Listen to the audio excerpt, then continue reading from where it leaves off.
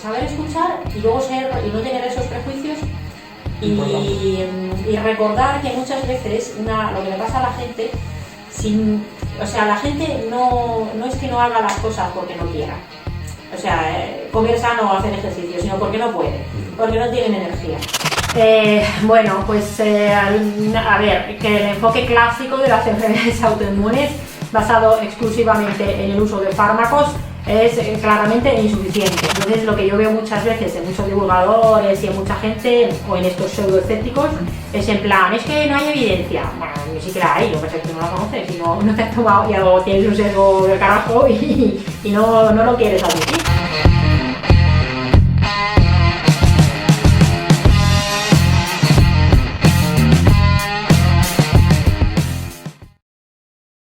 Lo primero de todo, muchísimas gracias por haber venido aquí. Sabemos que estás hasta arriba con un montón de cosas. Y bueno, para quien no conozca a Sally, es doctora en medicina interna, especialista en enfermedades infecciosas. Ha trabajado muchísimo tiempo con, por ejemplo, el VIH. Co-creadora de Slow Medicine Revolution. Y bueno, estas son unas poquitas de las cosas que podemos decir de Sally. Pero también lo más reciente es que el día 3 de marzo estrenó y salió a la venta ya a la luz su libro Es la microbiota, idiota. Que bueno, también el título ha habido que matizarlo en entrevistas anteriores, pero bueno, no vamos a entrar en eso. Y bueno, Sally, antes de nada, a mí me gustaría preguntarte, porque bueno, como habrás visto, a mí solo decir esto y memorizar esto ya me ha costado. Sin embargo, yo veo en entrevistas anteriores, porque te han hecho por ejemplo Pablo Fuente, Mago More, etc., que tú de verdad tienes una capacidad para recordar tantos términos y tantas cosas que a mí personalmente y aquí que nos fascina y nos gustaría también integrarlo nosotros. Entonces, una primera pregunta que te queremos hacer, que quizás es algo diferente, es ¿cómo abordas tú de primeras un problema que te interesa, sobre el que quieres indagar más? Y sobre todo, ¿qué estrategias usas también a la hora de memorizar e integrar ese conocimiento también? Ajá. Es una buena pregunta, la verdad es que me mola porque es que si no siempre se pregunta lo mismo, ¿no? Un poco. Pues yo soy súper curiosa para empezar, ¿no? Y además me aburro súper fácil. Entonces, cuando quiero llevar a cabo algo, hacer algo sobre lo que a lo mejor en ese momento no tengo ningún conocimiento, pues lo primero que hago es me pongo a leer sobre ese tema. Por poner un ejemplo, que se sale totalmente de a lo mejor del tema de la microbiota o de mi profesión y tal. Una de las cosas de las que más orgullosa me siento es una cosa que en realidad ni siquiera tiene que ver con mi profesión. Y es que, bueno, una vez hice un maratón, el maratón de Berlín. Yo siempre considero que el deporte es importante y por algún motivo, quizás porque en Finlandia los corredores de fondo, no sé si los conocéis, si os suena, pues Paavo Nurmi, por ejemplo, que ganó como 9 o 10 medallas olímpicas hace muchas décadas. Pues Finlandia siempre ha tenido esa cosa del fondo, ¿no? De corredores de fondo y luego el esquí. Y para mí siempre lo de correr era como una cosa especial. Y yo soy muy mala corriendo, en el sentido de que no soy ni rápida, pero sí soy resistente, aunque sea lenta.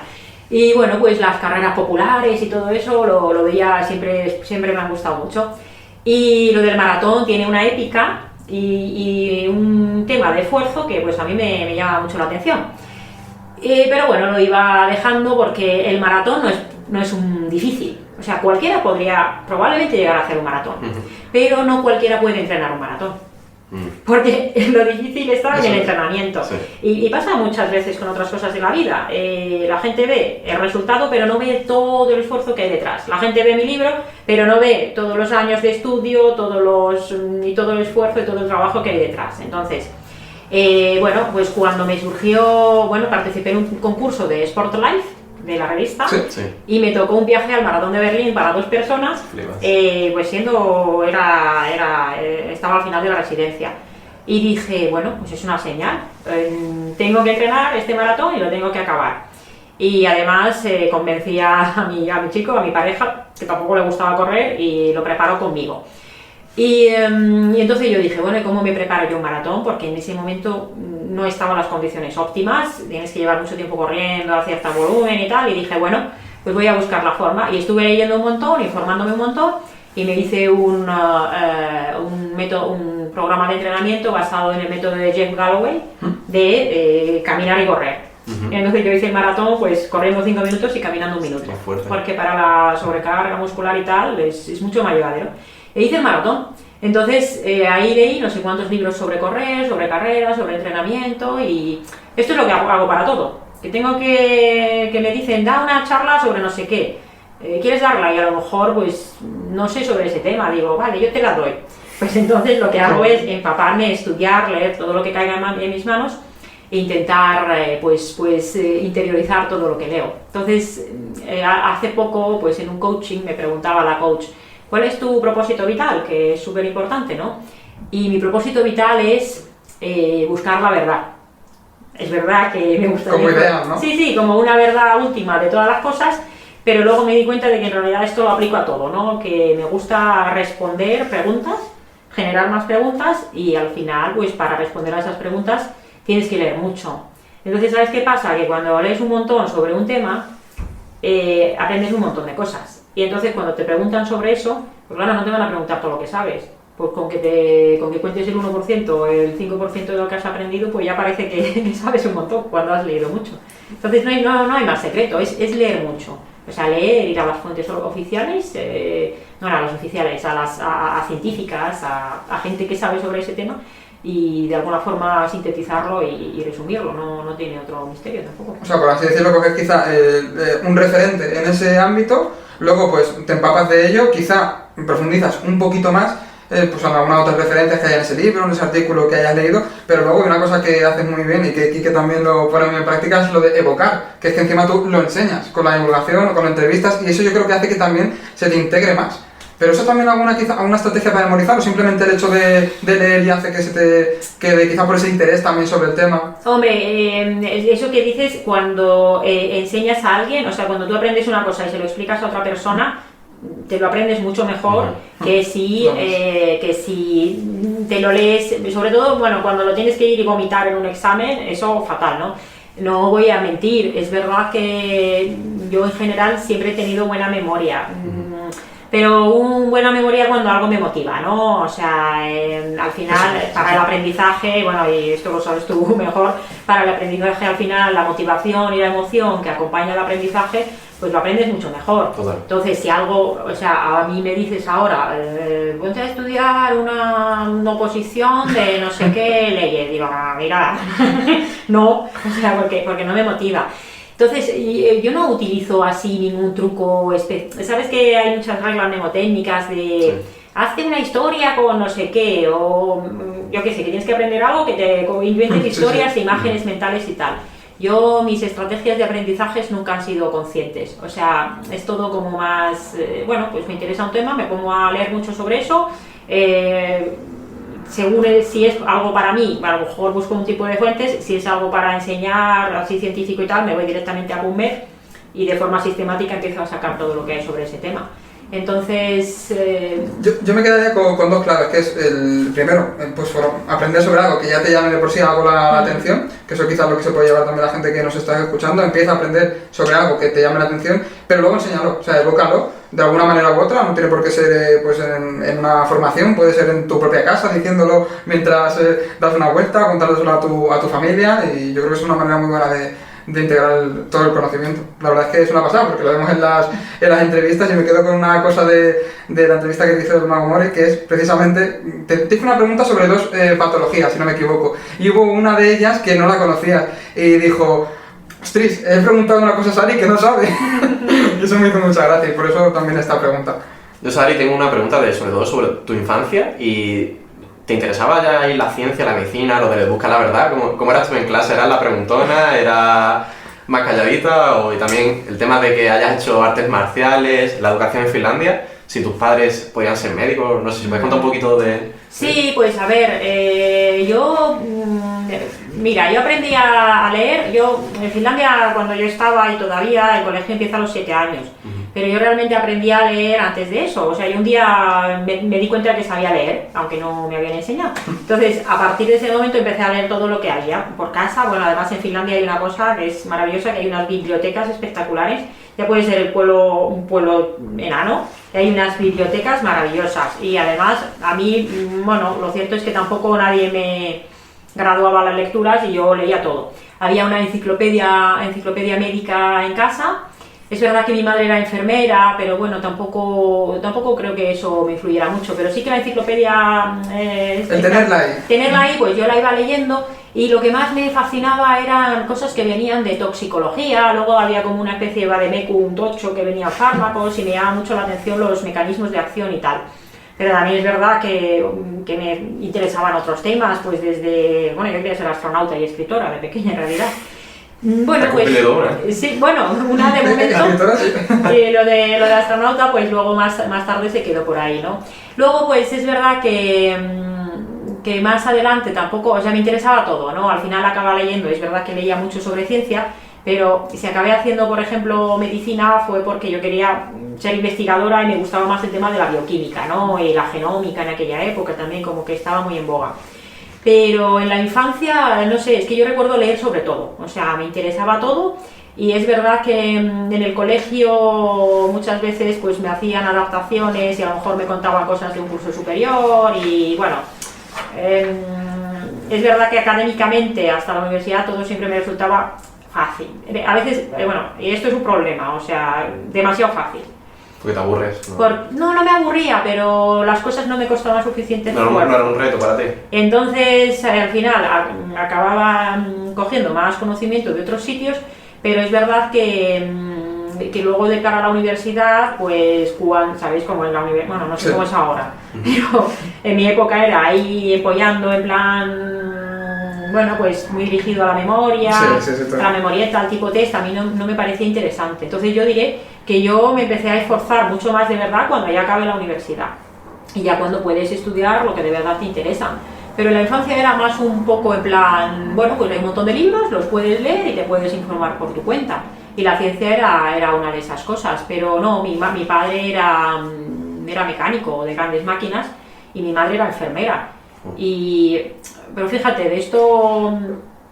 Quizá te dieron o sea, no ellos directamente te dijeron, venga, Sari, ponte a estudiar sobre esto tal, pero quizá te dieron la oportunidad, como se dice, de picotear de diferentes cosas, que lo mismo quizá otros niños así más jóvenes, bueno, no tienen la oportunidad, cuando en su casa quizá de tener esos libros y tal, porque joder, que con esa edad tan joven o sea, tuvieras el interés y te pusieras a leer sobre esas cosas, desde luego el hecho de tener ahí el libro hago arriba. Bueno, los libros están ahí, no me lo restringieron y bueno, me parecía interesante. Sí que es verdad que a veces cuando dicen, ¿por qué te hiciste, bueno, médico? Aunque ya digo que yo no iba a dedicarme a la medicina clínica, sino a la investigación. Yo tenía bueno, yo soy de una zona de Finlandia que se llama Karelia, que bueno, pues tiene... Vamos a buscarlo aquí en el mapa. Sí, está por ahí, ¿no? Entonces, bueno, pues mi familia, Arponen, el apellido Arponen realmente quiere decir, etimológicamente se refiere a, bueno, no específicamente a los chamanes, pero eran como los sabios del pueblo, los que decían el nombre que tenía que llevar un niño, medios sanadores y tal. Y mi abuelo paterno tenía, según dicen, bueno, hay una cosa que es la etnomedicina, ¿no? Entonces, mi abuelo paterno, según dicen, tenía la capacidad de cortar las hemorragias diciendo un rollo mágico, ¿no? Así, incluso a distancia. Sí. Y de hecho, un hijo suyo, un tío mío, se murió en la guerra porque mi abuelo supuestamente pues podía haber hecho eso, pero no sabía que el otro estaba... No había WhatsApp, ¿no? No sabía que estaba ahí desangrándose, ¿no? Y ahí, bueno, pues esto no es nada científico, ¿no? Hay estos rollos de las cosas heredadas, transgeneracionales en las familias. Sí. Y a mí me contaban siempre esta historia.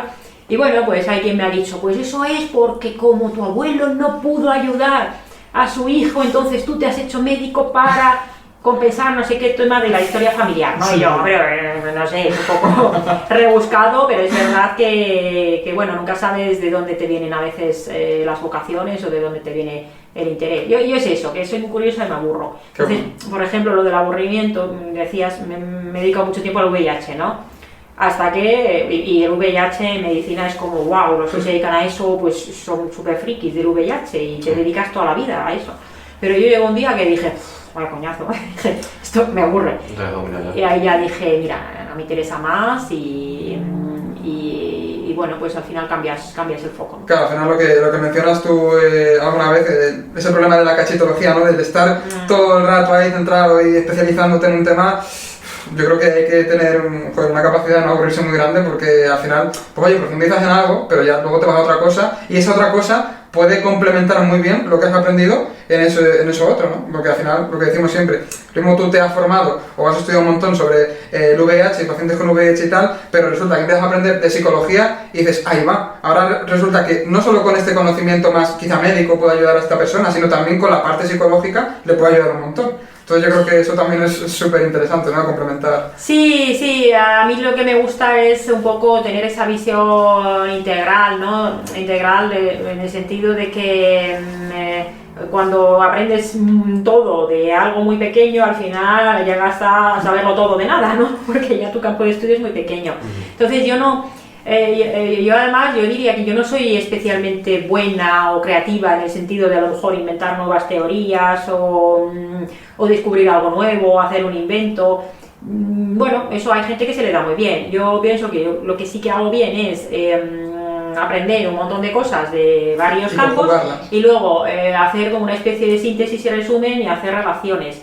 Que bueno, pues es otro tipo de... que parece que hoy en día tendemos tanto a la especialización, entonces parece que el saber un poquito de un montón de cosas, pues como que ya no es útil, que es verdad que sé quizás de microbiota más que otra gente, pero aparte de saber de microbiota, pues me gusta saber de la mitocondria, de la neuroinflamación, de ejercicio, de psicología, de sociología, de historia, porque es que si no tienes esa perspectiva global, acabas perdiendo el contexto y al final el contexto lo es todo, ¿no? Qué bueno, Sari. Y fíjate, precisamente ahora vas a empezar las formaciones con Regenera, también tienes el Slow Medicine Revolution, en el que pues al final te dedicas mucho a esa parte de más de divulgación, ¿no? Y bueno, venías mucho más de toda esa parte de consulta, ¿no? Pues con diferentes personas que iban a ti, o incluso en el hospital también cuando trabajaste en su día, bueno, y ahora también con el coronavirus. ¿Y qué es un poco lo que te ha llevado a irte más ahora a esa parte de divulgación? Y sobre todo, ¿qué tiene el divulgar que quizá echabas un poquito de menos y no te lo daba la parte de más de consulta? A ver, es que realmente la parte de hacer consulta, pues es verdad que es importante, no voy a decir que no lo disfrute, pero... a ver, yo cuando era adolescente, cuando vivíamos a España, en el colegio y también en el instituto, sufrí una especie de bullying, de aislamiento social durante varios años. Y ahí los libros eran mis amigos, ¿vale? Pero eso me dejó durante mucho tiempo como una especie de, bueno, no de fobia social, pero sí de mantener ciertas distancias. ¿Quizás al venir aquí a España por quizá que te vean diferente o por qué? Sí, bueno, pues puedo haber muchos factores, ¿no? Pues al final, si eres diferente, pues puede suponer, o sea, no me pegaron nunca, tampoco... No hace falta pegar para tampoco... Pero tampoco me hubiera dejado, sí. Pero fue en plan de aislamiento, de no tener amigos, pues al final yo lo que hacía en los recreos era me cogía un libro y me iba a leer sola en el recreo. Entonces eso me dejó una especie de cosa de, no de fobia social, pero sí de, bueno, ¿sabes? Un poquito la distancia. Entonces es verdad que para mí pasar consulta también siempre, o sea, para mí es agotador emocionalmente, porque además yo luego empatizo mucho con las personas y con su sufrimiento, y eso requiere muchísima energía. Y cuando haces una cosa así como muy mecánica, a ver, VIH, por ejemplo, al final el VIH, mirar cosas de la analítica, mirar qué medicación toma, es técnico, o sea, no es arte, no sí. Es humanidad, ¿no? Es más técnico, que le puedes poner la parte humanitaria, empática y tal, pero bueno, sí. Pero cuando integras la psiconeuroinmunología clínica y empiezas a pasar un tipo de consulta de hora y media, de 2 horas la primera consulta, donde le preguntas un montón de cosas a la persona y te enteras de muchas cosas de su vida, pues a poco que empatices con esa persona, a mí eso o sea, yo nunca he podido, con la PNI nunca he podido ver más de 2 o como mucho 3 pacientes al día, y ni siquiera todos los días. Entonces eso agota bastante. Y luego que con la PNI o con este tipo de consulta, pues al final pues ves a un paciente, le dedicas 1 hora y media, 2 horas, más el tiempo de revisar sus pruebas, más el tiempo de hacer el informe, pues son un montón de horas y ayudas a una persona, o ni siquiera a esa persona, porque a muchas personas no las puedes ayudar porque a lo mejor no es su momento, ¿no? Entonces, realmente cuando hago divulgación o doy clase, disfruto mucho más. y puedo tener, y es raro que diga que tenga esa especie de cosa, ¿no? De decir, o sea, que no es fobia social, insisto, es más una cierta, pues como que le debo poner mucha energía a ver a un paciente, pero darle una charla a 100 personas o a 500 personas, eso en cambio me da energía. Es raro, pues... El ambiente también es diferente. Bueno, el ambiente es diferente. Viene con un problema, Sí. que lo está volcando en ti, y la otra es personas con los ojos abiertos dispuestas a aprender, ¿no? Claro, y la implicación emocional es distinta, ¿no? Entonces, probablemente mi problema sea un poco, a lo mejor, esa parte de no poner tanto y no sufrir tanto por la persona, ¿no? Pero el hecho es que es así. Entonces, emocionalmente, a mí dar una charla me da energía, ver a un paciente... o sea, no es culpa del paciente, es un problema mío de gestión. No, y que al final, pues oye, es que eres una persona que... Bueno, pues es que cuando una persona está jodido y además hay una parte de la que casi nunca se habla, que es de la proyección en consulta. Y esa la tienes que controlar un montón. Porque cuando una persona te cuenta sus mierdas, bien dicho así, y tú dices, hostia, pues es que a mí me pasó, porque cuando has tenido mucha mierda dices, joder, pues a mí es muy fácil, ¿no? Decir, a mí me ha pasado eso y entiendo cómo se siente. Pues yo qué sé cómo se siente, pero tienes que ser muy consciente de no proyectar eso, ¿no? Entonces, todo eso exige muchísimo esfuerzo y mucha energía. Y me di cuenta, digo, mira, o sea, lo puedo hacer, pero no puedo hacer tanta consulta como necesitaría para ganarme la vida con esto. O sea, yo no puedo ver 5 pacientes al día, incluso, o 10 todos los días, porque muero, o sea, me da un chungo. Pero, bueno, pues hacer la docencia, dar clases, yo disfruto, y a la gente en general, pues, bueno, siempre puedes hacer una charla que no está tan bien, pero a la gente en general le gusta y aprende. Entonces, pues cuando se te da bien algo, lo disfrutas y es útil para otras personas y llegas a ayudar a mucha más gente, porque al final cuando cuando das una charla puedes hacer muchos más cambios, aunque son pequeños, de más personas que a un único paciente en consulta. Entonces ha venido un poco de forma natural, ¿no? Sí. Al final yo creo que pues la consulta es súper útil para esa persona que quizá pues tenga sí o sí que por un problema quizá más un poquito más grave o que lo lleve arrastrando más tiempo, para esa parte de individualizar, que es tan importante y siempre recalcamos aquí, pero la parte de divulgación, que yo creo también pues lo bueno y lo bonito que puedes encontrar ahí, es que puedes ayudar a mucha gente dándole quizás ese 20%, que lo mismo, que sí, que no estás individualizando al 100%, pero lo mismo una persona escuchando este podcast, otro podcast que hayas hecho, yendo a una formación tuya y tal, ya dice, vale, quizá Sari no me está ayudando de manera individual y por eso muchas veces pues tú tienes que decir, este probiótico, por ejemplo, puede ser bueno en este caso, pero no lo puedo decir ahí para todo el mundo en un podcast y recomendarlo, pero sí ya la gente se lleva esas píldoras clave que dice, vale, esto en mi vida, ¿qué tal lo tengo? En alimentación, en descanso, en estrés, en movimiento, en exposición al sol, y ya ahí pues, oye, si necesita algo más, pues voy a salir, ¿no?, a una consulta individual o profesional que sea para dar ese matiz, ¿no? Pero yo creo que es muy bonito porque has encontrado un poco, o estás encontrando ese equilibrio.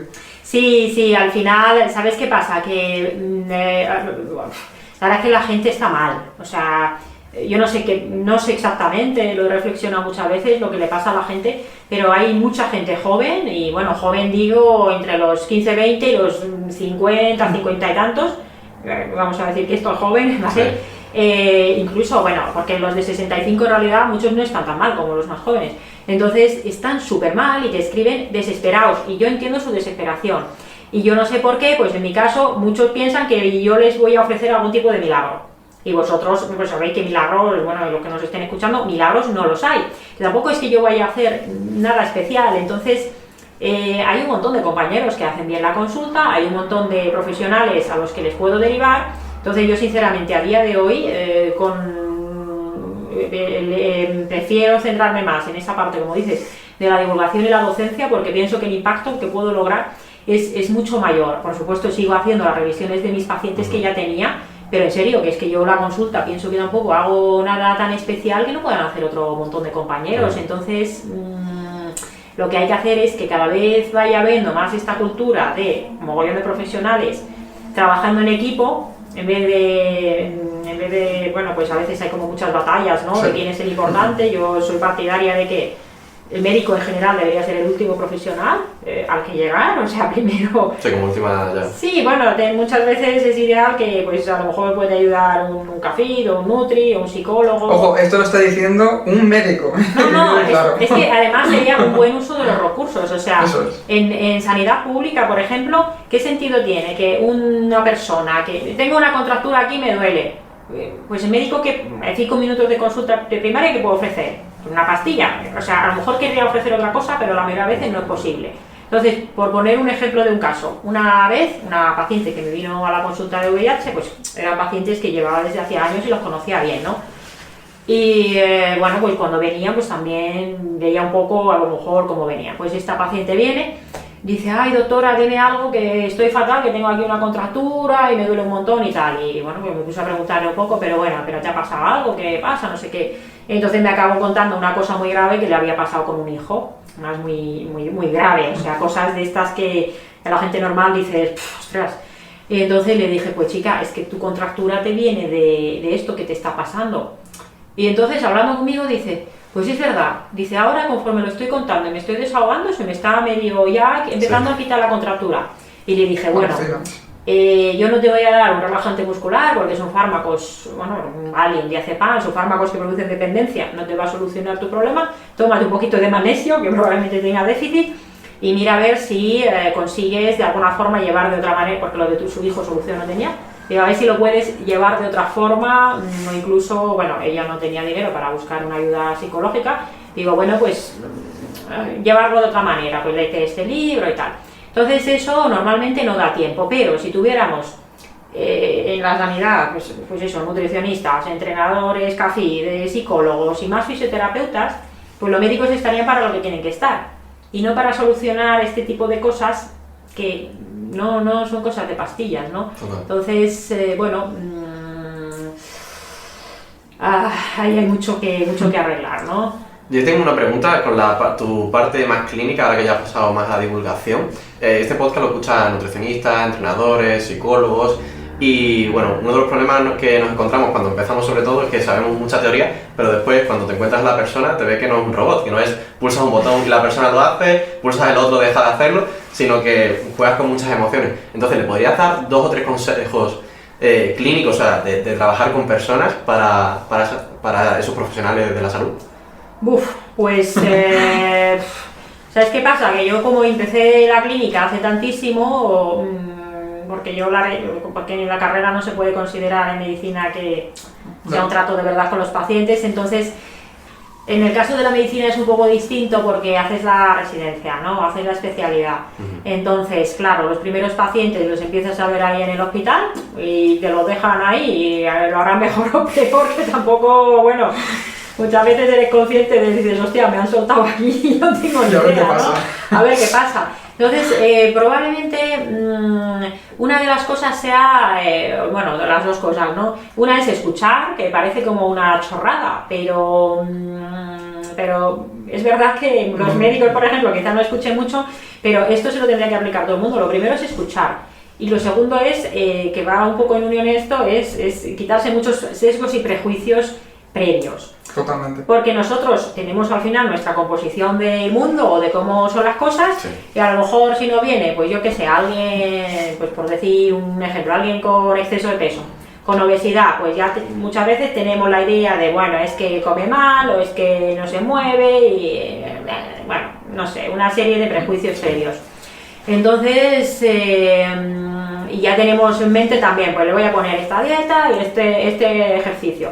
Pues lo primero sería pues escuchar de verdad lo que le pasa a esa persona. Hay una pregunta que nos enseñaron el PNI que me parece muy buena, que es, que lo puede aplicar cualquiera, decir, cuéntame algo que no le hayas contado nunca a ningún otro profesional sanitario. Qué bueno. Porque, ¿sabes lo que les pasa a los pacientes? Que tienen el discurso aprendido.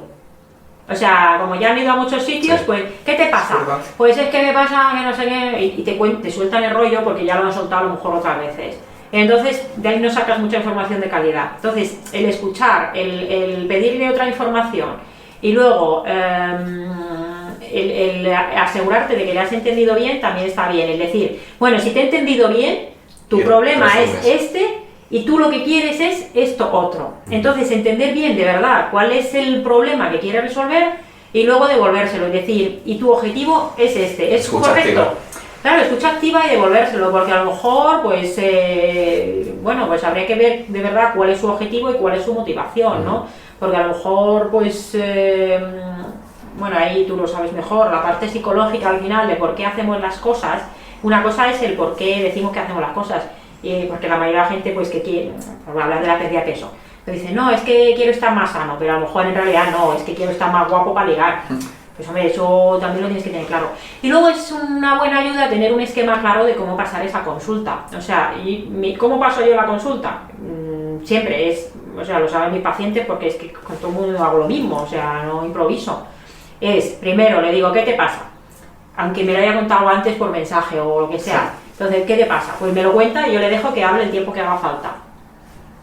Que la gente no suele extenderse más de 5 minutos, o sea, si puedes darme esos 5 minutos para que se explaye bien.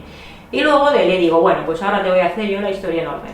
Y el orden lo tengo estructurado y, bueno, pues voy escribiendo conforme me va contando, porque es que si no luego se me olvidan las cosas, a lo mejor, o voy anotando. Y entonces le digo, y tengo todo el orden de la historia clínica de lo que tengo que preguntar. Entonces, no es lo mismo a lo mejor lo que pregunto yo como médico que lo que pregunta, pues, un psicólogo, lo que pregunta un nutricionista, pero siempre le pregunta a todo el mundo lo mismo, pues tus antecedentes familiares, qué suplementos están tomando ahora, medicamentos y cómo te han sentado otros que ya has tomado, y luego ya pregunto todo, pues, ¿en qué trabajas? ¿El trabajo sedentario? No. ¿Te gusta tu trabajo? ¿Por qué te hiciste en ese trabajo? ¿Haces ejercicio o no? Y que me diga exactamente lo que hace, con detalle. Que me diga lo que come y con qué horarios come. Incluso, oye, ¿y qué comida...? Porque si no le puedes preguntar, ¿tú haces ejercicio? Sí, yo voy a andar todos los días. Claro, entonces dice, ¿pero cuánto andas? Y el otro día, sí, yo camino mucho. El otro día me decía, camino mucho. Digo, bueno, ¿pero cuánto es mucho? Pues camino 30 minutos al día. ¿Y haces otra cosa? No hago otra cosa porque por el COVID me esperan en el gimnasio. Vale, tú no haces ejercicio. Y luego las comidas, por ejemplo, de cara a poner una alimentación, una dieta, pues hombre, es importante saber qué le gusta y qué no le gusta. Para luego, pues, conocer bien a esa persona y amoldarle la intervención a su vida y que no tenga que amoldar su vida a lo que tú le propongas. Entonces, no es que haya... Bueno, yo creo que se trata de ser curioso, saber escuchar y luego y no tener esos prejuicios. Y recordar que muchas veces lo que le pasa a la gente, o sea, la gente no es que no haga las cosas porque no quiera, o sea, comer sano o hacer ejercicio, sino porque no puede, porque no tienen energía. Entonces tú lo que le tienes que intentar es ayudar a tener esa energía para el cambio, identificar cuál es su motivación para el cambio. Yo creo que siendo humilde y dándonos cuenta de que realmente que no sabemos tanto, ¿no? Y que a lo mejor a veces incluso es más honrado, más honesto derivar a esa persona a otro profesional, decirle, mira, que a un paciente le digo, mira, yo no te puedo ayudar, yo pienso que deberías ir con este otro. No, yo quiero estar contigo. Bueno, vale, pero que sepas que yo creo que no te voy a poder ayudar lo suficiente.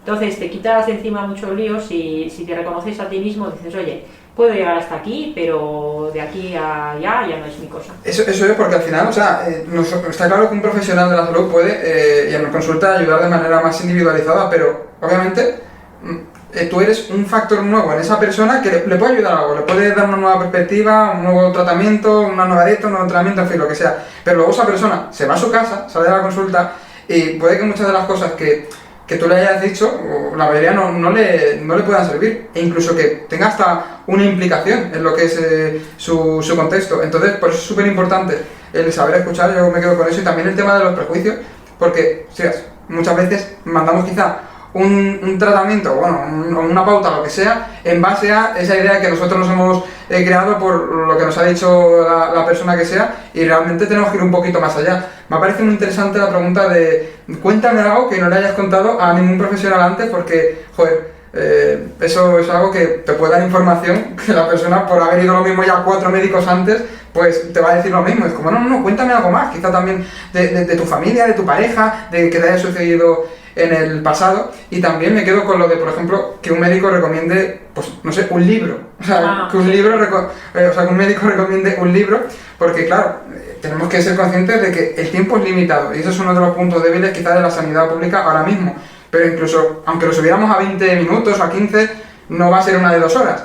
Entonces el hecho de que tú le des también herramientas para que esa persona en su casa aprenda, se empodere, como ya hemos dicho aquí también alguna vez, ¿no? Que es una palabra que es como que también de Regenera y Chava y compañía, y que ella en su casa empieza a reflexionar y empieza a decir, ostras, pues quizá tengo que tocar esto, esto y esto para mejorar este problema. Y no es solo que se vayan con pues una pastilla, ¿no? No tiene efecto secundario. Sí. Bueno, ahí diré una cosa, y es que yo sí le pregunto a los pacientes, le pregunto, ¿te gusta más leer o te gusta escuchar podcast o te gusta ver vídeos? Porque yo, por ejemplo, a mí no me gusta mucho ver vídeos.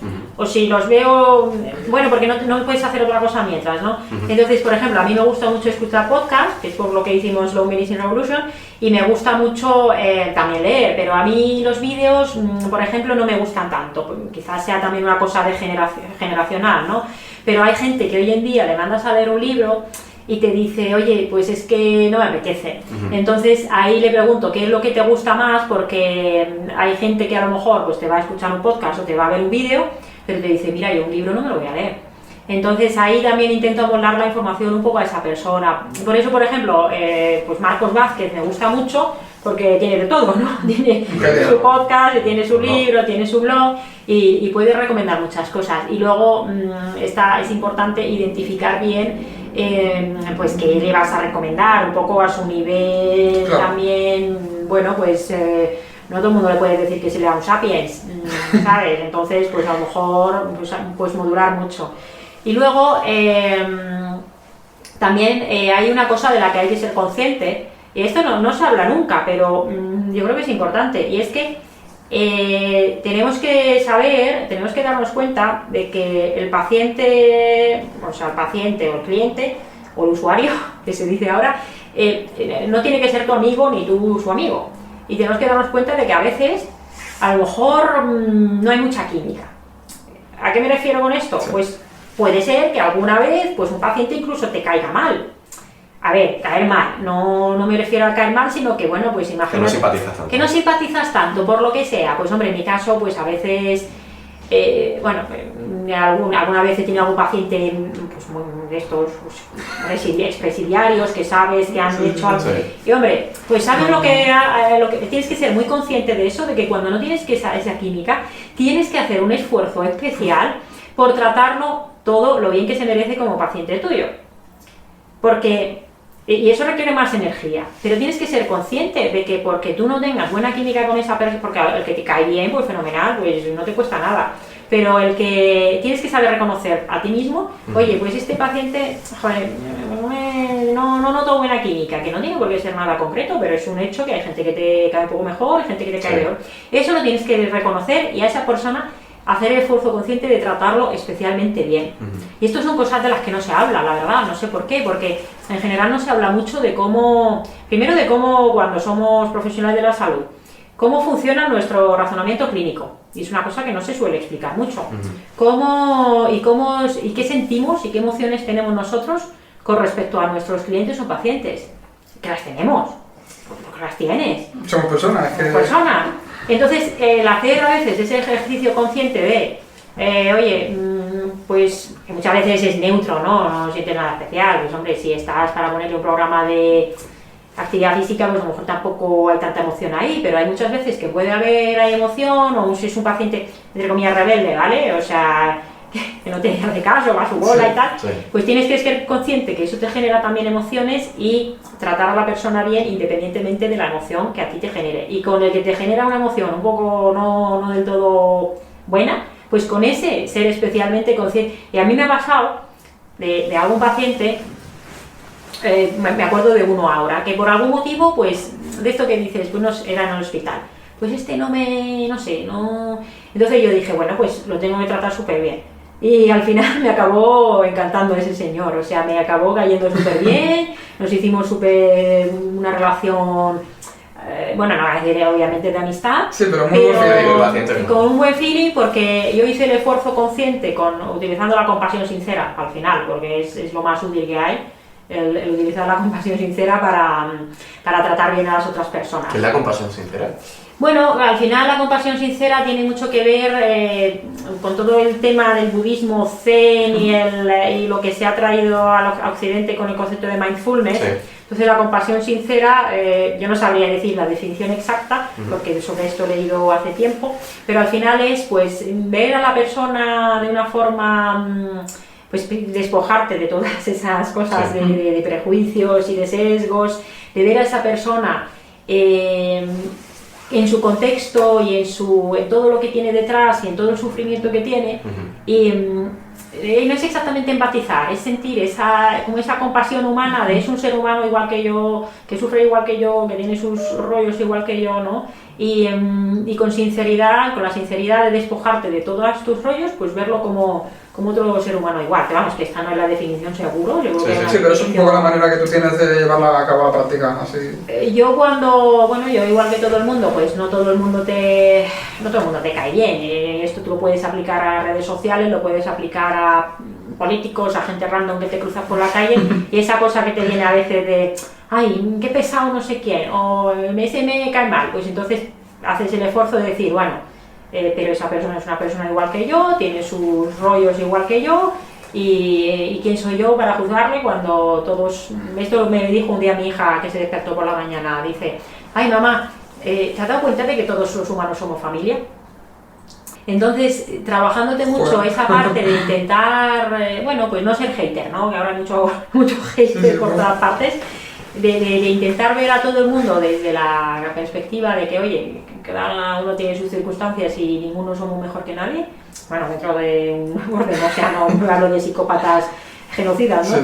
Pero dentro de ese orden de intentar ver a las otras personas decir con amor, pues a lo mejor suena un poco exagerado. No, pero entender que tiene su historia de aprendizaje, han tenido sus circunstancias de vida, y cuando una persona es ahora mismo como es en el presente, es por lo que ha aprendido en el pasado, por sus sucesos, y no pensar que la persona está siendo así quizá contigo o de determinada manera por hacer daño, sino que es diferente a ti, ha tenido más aprendizajes, más situaciones en su vida diferentes, y hay que ser consciente de ello, porque a la hora de comunicarnos con las personas, eso lo vemos hoy cada día más, ¿no? En un mundo cada vez más polarizado, es súper importante ser consciente de que todos tenemos nuestros sesgos, nuestras creencias, nuestro pasado, y que la persona con la que estamos hablando o la que nos está escuchando, pues lo que decimos lo puede interpretar de una manera u otra en función de su pasado, ¿no? Sí, y sobre todo darte cuenta de que, que todos tenemos todo eso,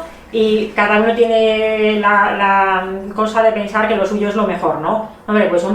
Yo soy consciente de que, por ejemplo, si nos vamos al ámbito de la nutrición, que off the record hemos comentado, pues, por ejemplo, parece mentira que en la nutrición, por ejemplo, haya tanta polarización, ¿no? Entonces, aquí, por ejemplo, pues se da la cosa de que muchas cosas de alimentación y nutrición se han convertido casi en una religión, y la gente acaba defendiendo sus posturas de una forma súper visceral, que medio le habla de un tema que va en contra de lo suyo, y es verdad, el cerebro se ha visto que la religión, el fútbol y la política, cuando alguien lo opina lo contrario, es como una agresión física. Pues tío, en la nutrición pasa lo mismo.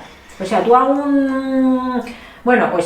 alguien que defiende contra viento y marea una postura concreta, lee una cosa distinta sobre eso, y es como... Es que la cosa es cuando a una persona, por ejemplo, veganos o cetogénicos y tal, asumen la dieta como su persona y su identidad. Entonces, cuando la atacas esa dieta, o a lo mejor sacas los puntos negativos que tiene, se siente atacado ella misma. No siente que está atacado una idea. Entonces, es muy importante decir, bueno, aquello que estás diciendo o ese argumento puede tener un error. No decir, los veganos son malos, porque si no se lo toman como un ataque y ya tienen como que defender y sacar ahí los puños, ¿no? Eso dice una cosa muy buena Rubén Espinosa, no sé si conoces, un entrenador muy conocido también en el tema del entrenamiento de resistencia, etcétera.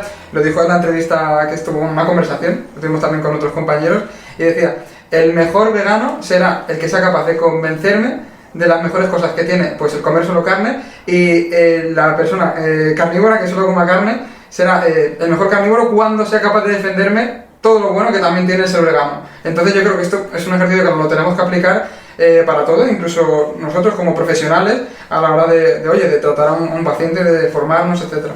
Sí, porque ahí cuando eres profesional de la salud, Lo que no puede, vamos, desde mi punto de vista, pues por poder puedes hacer, cada uno puede hacer lo que le dé la gana, ¿no?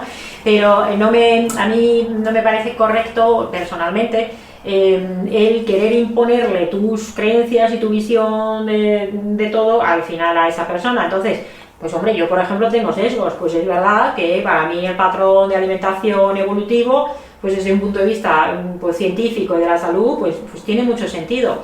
Pero es verdad que dentro de ese enfoque evolutivo, pues si nos vamos ya a las poblaciones ancestrales o a las actuales cazadores-recolectores, pues hay desde los que comen mogollón de hidratos y muy poquita grasa, la proteína más o menos se mantiene igual, pero luego hay otros que comen muchísima proteína y mucho producto de origen animal, y bueno, pues las plantas las que tengan, o sea, un esquimal no va a comer lo mismo que, bueno, pues un quitaba, ¿no? Que los estudios de Stefan Lindberg, ¿no? Entonces, dentro de esa variabilidad, pues es que además, como comer al final tiene aspectos culturales, tiene aspectos sociales, psicológicos, familiares, de tradición, pues ahí por eso es tan importante preguntarle a esa persona sobre lo que de verdad le gusta o lo que quiere o sus creencias, porque para mí, pues si un paciente es vegano, pues hombre, yo le explicaré cosas del omega 3, le diré pues a lo mejor te tienes que suplementar con X proteína, porque a lo mejor si no sobrecargas mucho legumbres, que hay gente que a lo mejor le puede dar problemas por los antinutrientes, pero yo no te voy a decir que dejes de ser vegano, pues sé vegano,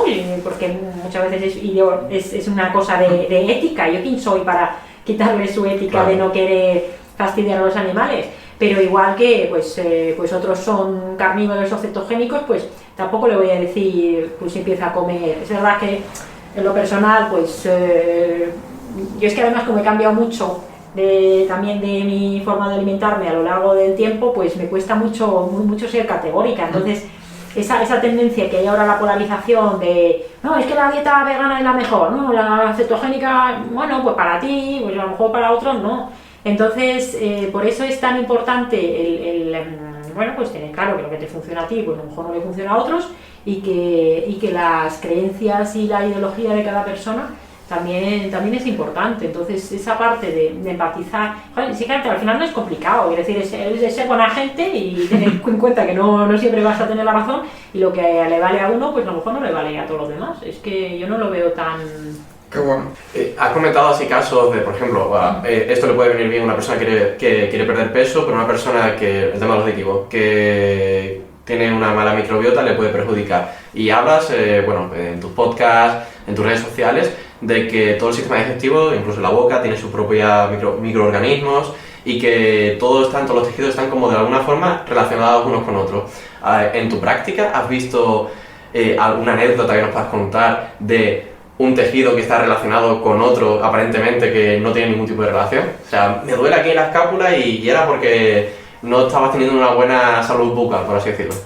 Pues mira, por ejemplo, del tema de la boca, tenía un paciente que, bueno, la verdad es que estaba hecho polvo. Le habían dicho que sí, un síndrome de fatiga crónica, que sí, la enfermedad Lyme, de la crónica de la borrelia, no sé qué, de autoinmunidad de la tiroides, bueno, estaba hecho polvo, había perdido un montón de peso, tenía SIBO también, había tenido cándida, metales pesados, bueno, un montón de cosas, ¿no? Y bueno, pues todo eso se lo habían ido tratando con un montón incluso de fármacos, de antibióticos, de suplementos, de mogollón de cosas, pero no terminaba de estar bien. Y yo la boca, por ejemplo, se la miro, bueno, yo se la miro a los pacientes, si consulta online no se la puedo mirar, pero sí les pregunto pues si les sangran las encías o si se han hecho una limpieza y tal.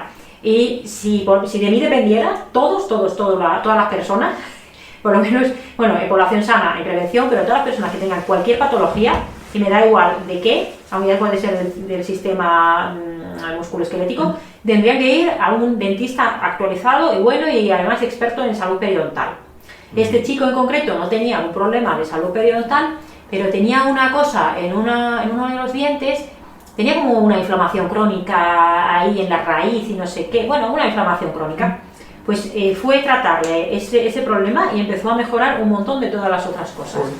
Y tengo un compañero de PNI, que es además el director del máster de osteopatía integrativa de la Camilo José Cela, donde doy clase, que es Álvaro Otero.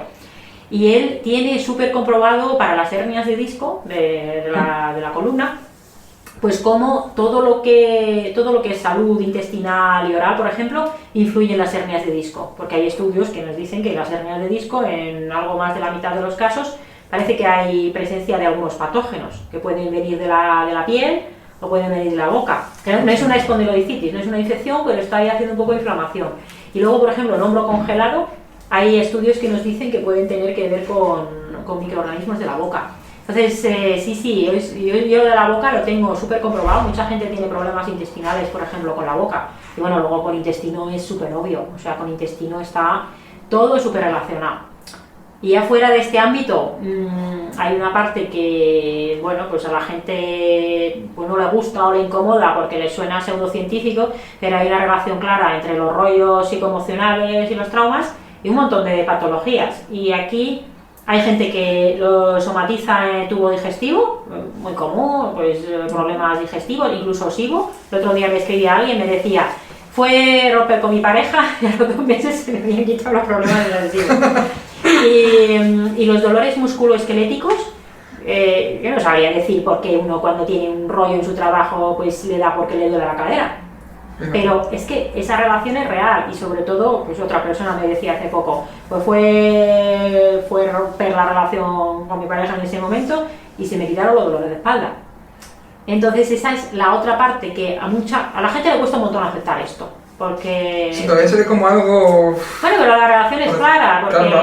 Porque al final el estrés para el cerebro le da igual de dónde venga. Y estar con estrés crónico, sabemos que produce neuroinflamación, sabemos que produce inflamación crónica bajo grado en tu cuerpo, sabemos que te fastidia el intestino. Suprime el sistema inmune. Claro, tienes problemas de alteración del sistema inmune, neuroendocrinos, entonces, pues ¿por qué no te lleva a afectar? ¿Y por qué te afecta a una parte en concreto y no a otra? Bueno, pues eso ya depende, pues yo qué sé, a lo mejor tienes una pisada mala, un determinado gesto que no te daría problemas, pero sobre un sistema ya sobrecargado, ese gesto te acaba dando problemas. Además, yo lo he comprobado en mí misma también, tenía un dolor de cadera muy largo, mucho tiempo, y bueno, es que esto no es científico, según creo que la medicina tradicional china, no sé qué, bueno, estas medicinas orientales, eso es porque tienes que tomar decisiones. Y yo no tenía que ver. Pero oye, tomé una decisión y a raíz de aquello, y además iba a la fisio, una fisio que además es CAFID, y ha estudiado mucho todo el tema de, ¿cómo se llama esto? Las cadenas cinéticas y todo este tema, ¿no? Y entonces me decía, jolín, cada vez que me hablas de este tema se te ponen los músculos así. Y digo, ¿sí? Dice, sí, se te nota un montón. Entonces fue tomar esa decisión. Y oye, no es que se me quitara el dolor de la cadera al día siguiente, pero bueno, pues se me fue cuando tomé esa decisión y actué en consecuencia, al final se me acabó yendo. Entonces esto no se acepta, pero esto hay ciencia que nos lo dice y esa es la parte más difícil. Sí, pero es verdad. Bien, tengo una preguntilla justo porque has dicho como que no se acepta y quería saber si tú en un momento no aceptaste algo que ahora mismo se acepta. Mira, entrevistamos hace poco al doctor Avellán, que es cardiólogo, que es como una persona súper abierta y dice que al principio, y fue justamente con Fines Revolucionarios, con Marcos, que dice, bueno, como que le escuchó que a las personas que habían tenido un accidente cardíaco, pues que podían mejorar haciendo ejercicio físico y mejorando su alimentación. Y su primera reacción fue, no, ni de coña, ¿cómo va a ser eso con toda la tecnología que tenemos? Y claro, empezando a buscar evidencia científica, se dio cuenta que había bastante. Entonces cambió ahí el chip. ¿A ti te ha pasado eso con algo durante tu carrera? Hombre, sí, bueno, no lo sé, o sea, es verdad que quizás no es tanto que hayan sido cosas que he tenido que aceptar como cosas en las que ni siquiera había pensado, ¿no? Por ejemplo, en la carrera o luego en la especialidad, pues nadie te habla de la importancia de la alimentación. Y entonces cuando empecé este camino, hace ya, fue en 2008 además, por una cosa muy concreta, empecé a ver lo importante que era, o sea, bueno, sabes que es importante, lo típico, ¿no? Pues la sal, no sé qué, de las grasas, bueno, cosas muy tonterías, ¿no? Que te dicen, que luego no son así. Entonces, pues cuando empecé a ver realmente lo importante que era la alimentación y que realmente el patrón de alimentación que nos habían vendido de comer 5 veces al día, bueno, que la gente come un exceso de hidratos, o que a lo mejor no todos los alimentos que comemos, pues quizás debamos comerlos como son los cereales o los lácteos, pues que hay mucha gente que le da problemas, pues fue como decir, hostia, ¿y esto? Es verdad que ahí al principio fue como, porque a mí me parecía que los hidratos eran súper importantes, ¿no? Entonces, porque no sé, no conocía otra cosa. Entonces es verdad que ahí pues fue un proceso progresivo en el que vas cambiando el chip. Y luego diré que es verdad que cuando empecé a estudiar ya básico neuroinmunología clínica, el máster, y bueno, era máster de fines de semana, ¿no? Había fines de semana o clases donde acababa llorando. O sea, en serio, ¿eh? O sea, bueno, no es que sea de llanto súper fácil, pero sí que tampoco me importa pues, si me da por llorar, ¿no? Acababa llorando diciendo, jolín, pues muchas de las cosas que hemos hecho en la medicina hasta ahora, que yo pensaba que eran de una manera, pues son de otra manera. Y entonces, o sea, es verdad que fue un cambio en cuanto a cosas, pero quizás no fue tanto es que estaba equivocada, sino no sé, es como raro, o sea, sí me supuso un choque, ¿no? Ha sido como, por así decirlo, subiendo escalones en cuanto a conocer sobre más ámbitos, puede ser, ¿no? Sí, fue como, diré que hubo un momento en el que me llegué a agobiar con la PNI, porque hubo algunos días que había alguna vez, me acuerdo de algún día concreto, que era como decir, jolín, pues es que si todo esto es así, fue como haber estado en Matrix y despertar y darte cuenta de un montón de cosas y decir, pues si todo esto es así, ¿qué carajo estamos haciendo con muchas de las cosas que hacemos? Todo el esfuerzo que has hecho anteriormente, que a lo mejor lo ves un poco, ¿no? Claro, dices, es que está todo mal, entonces dices, ¿y si esto que estoy descubriendo ahora en realidad es como otro Matrix y esto tampoco es la verdad? Porque la idea es una idea muy revolucionaria que te plantean desde la PNI o desde este tipo de enfoques, pensar que con alimentación, ejercicio, suplementación y el mindset puedas llegar a tener a personas con enfermedades como la enfermedad inflamatoria intestinal o como una espondiloartropatía, por poner un par de ejemplos, controlados sin necesidad de medicación. Y eso es una idea que va muy muy en contra de todo lo que yo había aprendido hasta ese momento.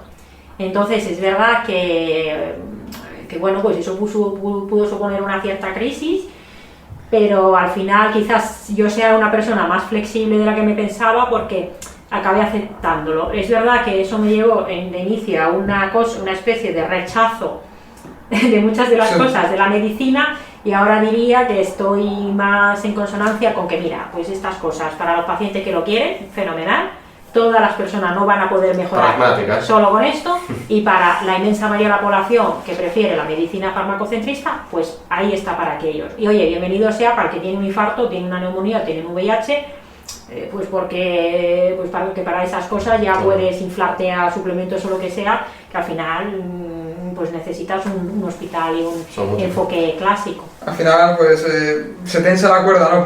Por un lado, por así decirlo, con lo que es la carrera, después descubres tú la parte esa de Matrix y después ya pues vas un poco tirando un poquito por los dos lados y viendo que al final lo que tenemos son herramientas, porque son herramientas, no das aquí la panacea, eso la gente lo tiene que entender. Va a ser en la carrera te dan solamente una. Claro, eso es. Tienes que empezar a conocer todas esas herramientas y en función de la persona, y por eso aquí lo decimos siempre, no se pueden dar consejos para todo, porque café para todo, pues, no sé, hay consejos generales que pueden servir a mucha gente, pero hay que matizar.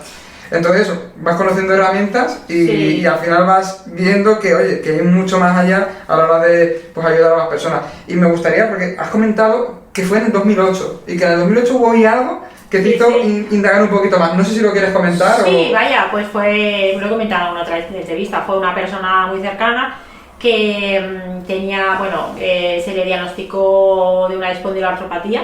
Nos costó mucho el diagnóstico, de hecho tuve que intervenir. ¿Puedes explicar cuál es la enfermedad? Sí, la espondiloartropatía es una patología que, bueno, se asocia a un polimorfismo concreto del sistema inmunitario, de la genética del sistema inmunitario, se llama HLA-B27. Entonces, sí, este polimorfismo, este determinante del sistema inmunológico, pues se sabe que realmente protege a las personas que lo tienen frente a la gripe, los virus de la hepatitis y alguna otra patología infecciosa, porque bueno, tiene sentido, o sea, se seleccionaron muchas de estas predisposiciones genéticas, se seleccionaron en el pasado porque suponían una ventaja competitiva, evolutiva, frente a infecciones. Sí. ¿Qué pasa? Que ahora las seguimos teniendo, pero ya no tenemos las infecciones como antes. Sí. Entonces, las personas que tienen este determinante, no todas, pero bueno, pues pueden acabar desarrollando una espondiloneuropatía que en su forma clásica consiste en un dolor inflamatorio, o sea, que te duele más por la noche en reposo y tienes rigidez cuando te levantas por la mañana, así muy resumido. Sobre todo en la zona sacroiliaca. Hay gente que tiene formas que son más de entesitis, se te inflaman todas las inserciones tendinosas. Y bueno, a veces puede haber alguna cosa asociada, como uveitis en el ojo, por ejemplo, ¿no?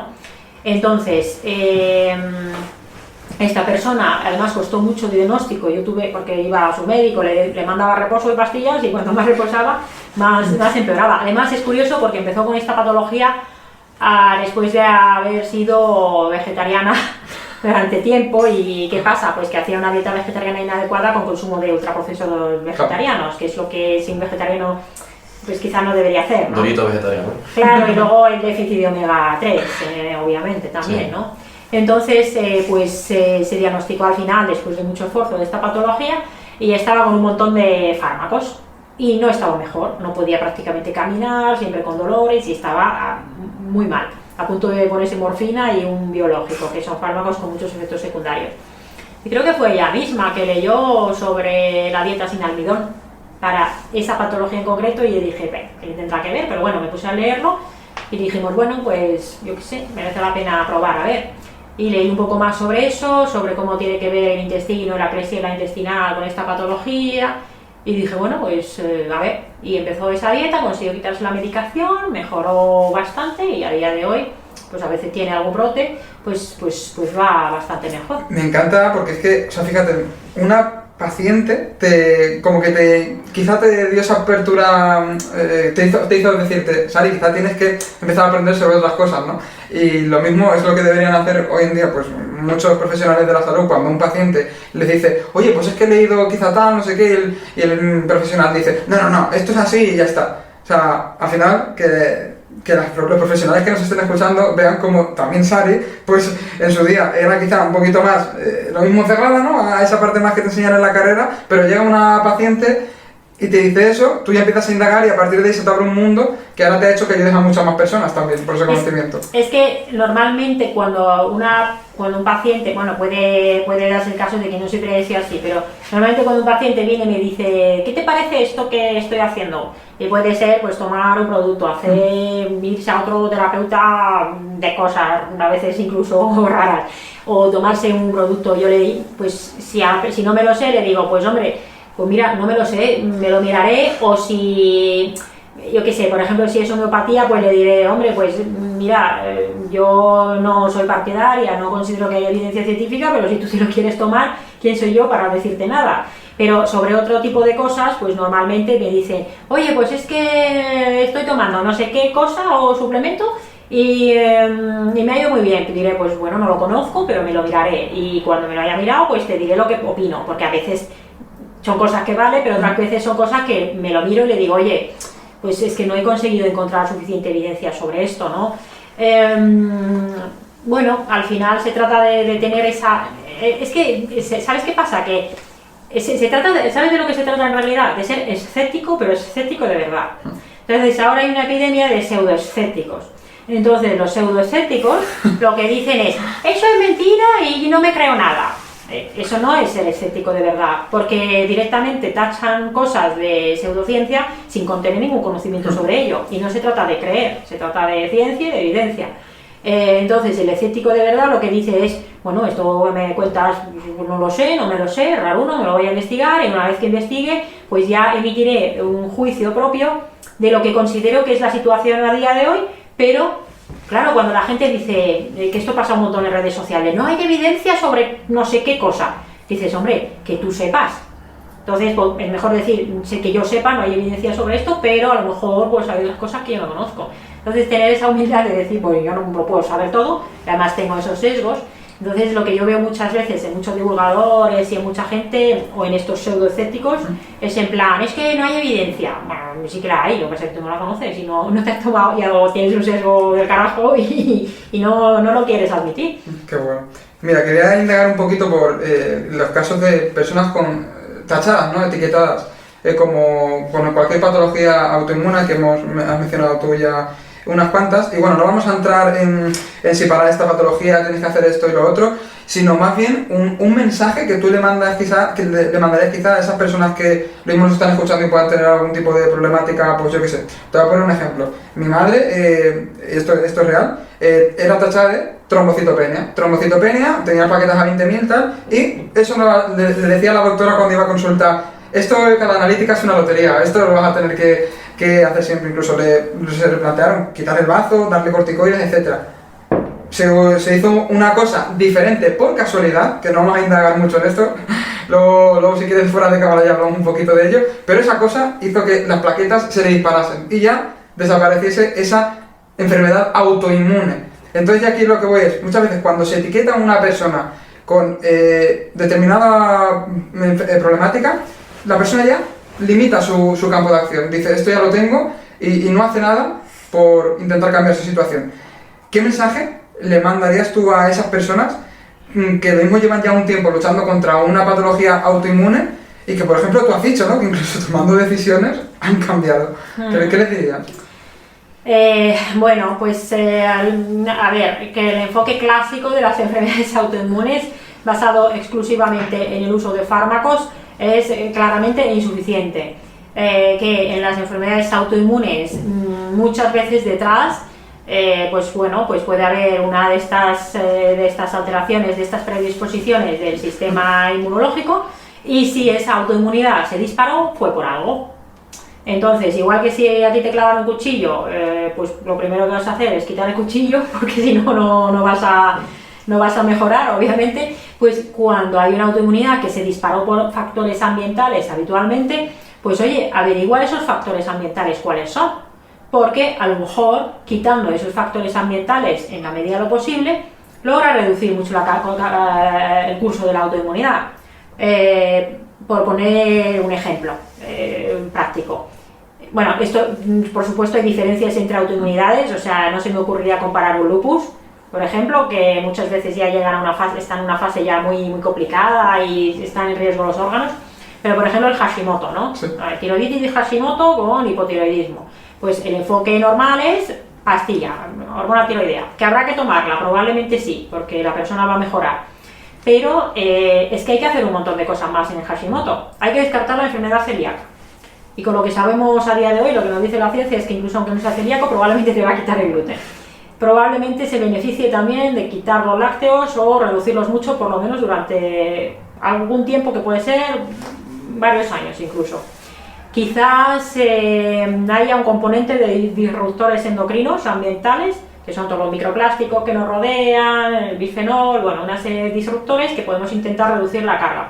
Hay un componente intestinal, de microbiota, y hay un componente también muchas veces psicoemocional. Entonces, todo eso son factores ambientales que, oye, hay que revisarlos. También puede haber un déficit de micronutrientes, pues probablemente en todas las autoinmunidades, por lo que sabemos, habitualmente déficit de vitamina D y polimorfismos de que la vitamina D no actúa bien. En el caso de Hashimoto, probablemente la mayoría también déficit de omega 3. Y luego ya en cada patología, pues en unos puede ser el selenio, el zinc y la vitamina D grupo B, en otros serán otros. Entonces, claro, todo eso hay que mirarlo. Entonces yo lo que le diría es, pues si hay una autoinmunidad concreta, en todos prácticamente descartar la celiaquía, en todos hacer una estrategia de inmunonutrición, que para la mayoría es la misma en general, muy parecida, puede haber pequeñas cosas, y mirar todas esas cosas ambientales que son las que lo dispararon, porque la predisposición genética existía hace cientos y miles de años, pero no existían estas patologías, y ahora sí existen. Eso es. ¿Y eso por qué? Esto lo dice un genetista, yo lo comento en mi libro, que es que...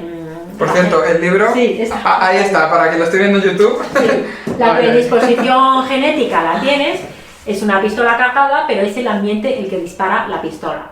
Entonces, decir que en una autoinmunidad no se puede hacer nada Incluso aunque no puedas prescindir, yo para mí el objetivo no tiene por qué ser prescindir del fármaco. Bueno, pues si se puede prescindir bien, yo conozco gente con Hashimoto, por ejemplo, que ha llegado a mejorar su tiroides lo bastante para bajar un montón los anticuerpos, incluso retirar la hormona tiroidea. Si se puede prescindir bien, si no se puede prescindir, pues tampoco pasa nada, pero por lo menos ponerle coto a esa autoinmunidad. Entonces esto es lo que, bueno, pues por lo menos a mí desde luego no, y a día de hoy no se explica en las facultades de medicina porque te explican exclusivamente el fármaco. Y tenemos suficiente ciencia detrás de todo esto como para que se haga. Entonces, ¿el por qué no se hace? Pues bueno, eso ya sería otro debate, pero desde luego es ciencia, ¿no? Es ciencia y debería conocerlo todo el mundo que tiene una autoinmunidad. Un mensaje de esperanza para toda la gente que nos está escuchando, que vea que hay mucha mediación que probablemente no ha profundizado, ¿no? Bueno, es que hay veces que hay algunas que son especialmente puñeteras, pero y que a lo mejor van a necesitar el fármaco. Pues bueno, pues para eso está el fármaco. No quiere decir que no haga además todo lo demás, pues para por lo menos tener mejor calidad de vida. Claro, tú diciendo todo esto no estás desprestigiando los fármacos o el uso, sino que hay que ver cuándo se utiliza y que también hay otras herramientas, ¿no? Y mira, hablando porque comentaste en una ponencia que dijiste que el 40% de los factores determinantes de salud, si no me equivoco, eran contexto, el 30% genética, 20% ambiente y 10% el sistema sanitario, y que sin embargo la mayoría de los recursos se invierten en el sistema sanitario, ¿no? Y bueno, del contexto se suele hablar, bueno, de la alimentación, del entrenamiento, de las personas que tenemos alrededor, pero tú comentas el tema de que las ciudades nos enferman. Ostras, sí. Y entonces te queda aquí hacer dos preguntas. Una, ¿qué significa esto de que las ciudades nos enferman? Y en segundo lugar, ponerte un ejemplo y imaginarte que te llama tu amiga Vanessa y te dice, mira, Sari, me voy a mudar, estoy buscando piso. Y tú, que sabes tanto sobre microbiota, sobre entorno, sobre salud, ¿a dónde me recomendarías que irme a vivir? ¿Qué elementos tendría que tener esa casa? ¿Y de qué tendría que estar cerca? ¿De una farmacia? ¿De lo que sea? Sí, no, las ciudades nos enferman, ¿eh? Y además la gente que... A lo mejor cuando vives en una ciudad, cuando estás ahí dentro no te das cuenta. Porque a mí me ha pasado, yo viví mucho tiempo en el centro de Madrid y no te das cuenta, ¿no? Porque ¿en qué parte viviste, Madrid? Viví en la calle Pez. En la calle Pez, sí, a lo de Gran Vía. Sí, por Malasaña. Malasaña. Entonces ahí no te das cuenta, pero al final las ciudades tienen, por un lado, es verdad que la mayoría de la gente tiene un estilo de vida de mucho estrés crónico. Hay contaminación ambiental que es, vamos, lo dice la OMS, que mata entre 7 y 9 millones de personas solo la atmosférica en todo el mundo al año. Luego, esa parte desde luego es importante. Y luego es verdad que la microbiota de las ciudades pues tampoco es muy apropiada, es patógena, ¿no? Y es verdad que mucha gente que vive en las ciudades pues al final tampoco se mueve tanto, ¿no? Porque al final tienes el transporte público, tienes... E incluso fíjate, esa falta de conexión quizá, hay mucha más gente que lo mismo en un pueblo, pero hay menos conexión social. Eso también... Claro, tienes menos conexión social, incluso aunque tengas un amigo, pues hoy en día, como si es que yo ahora mismo, incluso para hablar por teléfono tengo que quedar antes. O sea, sí. ya quedar en... Bueno, es verdad que ahora es una época más complicada, pero incluso antes, quedar con una persona viviendo en una ciudad grande, pues es como muy difícil, ¿no? Y luego, desde luego, la falta de naturaleza, no es tanto lo que hay, que también, pero la falta de naturaleza, se sabe que, y esto lo he repetido varias veces, si tienes un espacio verde a más de 200 metros de tu casa, pues es más probable que mueras antes o que tengas enfermedades. Entonces, y es que me llegó un momento en el que, me acuerdo, yo creo que estaba leyendo Sapiens y también estaba con la PNI y tal, y tuve una época como de misantropía ahí, de decir, está todo mal, la sociedad, todo mal, lo hacemos, no sé, como una época de mucho agobio en ese sentido, y venía a Madrid, porque ahora ya no vivo en Madrid, y veía a la gente y pensaba, inflamación de bajo grado. es verdad, lo veía y decía, están todos inflamados. Y parece muy exagerado, pero es verdad, ¿no? Sí. Y tuve un paciente que, pues trabajaba un montón, estudiaba un montón, tenía unos ritmos circadianos que en la ciudad pues no están muy, Sí. no son muy coherentes, la alimentación es verdad que tampoco muchas veces quizás, aunque tengas un supermercado cerca, No, pero viviendo tú en la calle Pez, tú salías a la calle y ¿qué te encontrabas? Burger King, Dunkin' Donuts... Sí, y luego que las tiendas tampoco, en el supermercado, aún no todo el mundo puede ir al mercado, pues tampoco a lo mejor los productos son lo más óptimo, ¿no? Entonces, pues este chico, por ejemplo, tenía pues muchos problemas de salud diversos, pero al final pues lo que le dije es, vete al campo, desconecta, vive con la luz, o sea, vive con la luz y la oscuridad, come comida de verdad y duerme y hace ejercicio y desconecta del trabajo y del estudio que lleva mucho tiempo muy mal. No le puse ni un suplemento ni le llegué a hacer pruebas, ya tenía algunas hechas. Oye, pues al cabo del mes había mejorado de prácticamente todo. Volvió a la ciudad y volvió a enfermar. Y a día de hoy, si uno tuviera que mudarse, si yo por ejemplo, que no vivo en una, o sea, donde yo vivo, no tengo un parque enfrente de casa, no hay mucha naturaleza como la que tenemos en Finlandia, por ejemplo, pero si alguien tuviera que mudarse le diría que fuera ideal, si puede ser una casa con jardín y si no, que al menos tenga espacio verde cerca, que idealmente pues no tenga mucha industria o mucho tráfico rodado que contamine mucho. Y que tenga pues buenos servicios, sobre todo desde el punto de vista de bueno, pues poder comprar los alimentos y luego los servicios pues culturales y tal básicos. El tener una farmacia cerca, pues al final tampoco lo necesitas todos los días, ¿no? Es verdad que, no sé, la familia de mi familia política es de Zamora, de un pueblo pequeñísimo, o sea, que ahí no hay ni bar, hay un bar que lo abren los jubilados. Entonces ahí pues viven en el pueblo y cuando van a pasear al monte y hacen una vida, bueno, no voy a decir ancestral, pero tienen todo su huerta, hacen actividad física todos los días. Pues aunque tengan redes sociales o lo que sea, tampoco se tiran todo el día ahí con ese estrés crónico, ¿no? Y ahí pues los ancianos llegan a la mayoría de ancianos. Es verdad que si a uno le da un infarto, pues quizás se queda en el sitio porque no va a tener acceso a un hospital. Pero lo cierto es que en este tipo de entornos pues puedes vivir con buena calidad de vida, pues a lo mejor hasta los 70 y tantos o los 80. Lo que pasa en las ciudades es que la calidad de vida de mucha gente es muy mala. Y para los niños en particular, yo que crecí en Finlandia y el bosque empezaba a 2 metros de mi casa, pues yo veo a mi hija ahora y es que no tiene nada que ver, no solo por la naturaleza, sino también por la falta de libertad. Entonces, no sé, tenemos un ritmo de vida que nos agota, gastamos dopamina, gastamos energía que no tenemos, o sea, no sé si os habéis fijado la cantidad de gente que no tiene energía. Sí. Con ir en el metro un día te das cuenta. Sí. Si quieres hacer un estudio observacional, vete al metro a las 8 de la mañana y... Pero luego, ¿qué hacemos para desconectar? Pues la gente pues se va al sofá y se pone a ver Netflix, horas. Entonces, ¿eso es salud? Pues nos hemos montado la sociedad así, probablemente el entorno no aguantaría que dejáramos las ciudades. Es así. Igual que el entorno no aguantaría que todo el mundo hiciera dieta paleo. Claro. Es lo que hay. Entonces, aquí con un compañero psicólogo, PNI, que hicimos una entrevista en el podcast sobre el tema del COVID y la psicología, Alberto Blanco, pues él decía, la PNI no es para todo el mundo. Vivir hoy en día de una forma evolutivamente coherente es para toda la sociedad. ¿Sería sostenible? ¿Comer carne de caza sería sostenible? ¿Comer aguacate, bueno, comer todo ecológico, orgánico sería sostenible? No. Entonces, esto lo cuenta muy bien Harari en Sapiens. O sea, hemos sacrificado pues muchas cosas como individuo, como especie, en aras de ser un montón. Y somos un montón, o sea, un éxito en cuanto a colonización del planeta que hemos arrasado con todo. Sí. Pero esto a nivel individual de cada uno de nosotros y como sociedad es bueno. Pues ya depende de los valores que tengas. Es un debate que yo no pretendo tener más razón. O sea, si entre todos hemos elegido esta forma de vida, pues yo que sé, a lo mejor hay que aguantarse o irse al campo y elegir personalmente otra forma de vida. Eso no, al final pues hemos avanzado en otras cosas, pero no es cuestión de negarnos a todos estos cambios que hay, ¿no? Ahora mismo.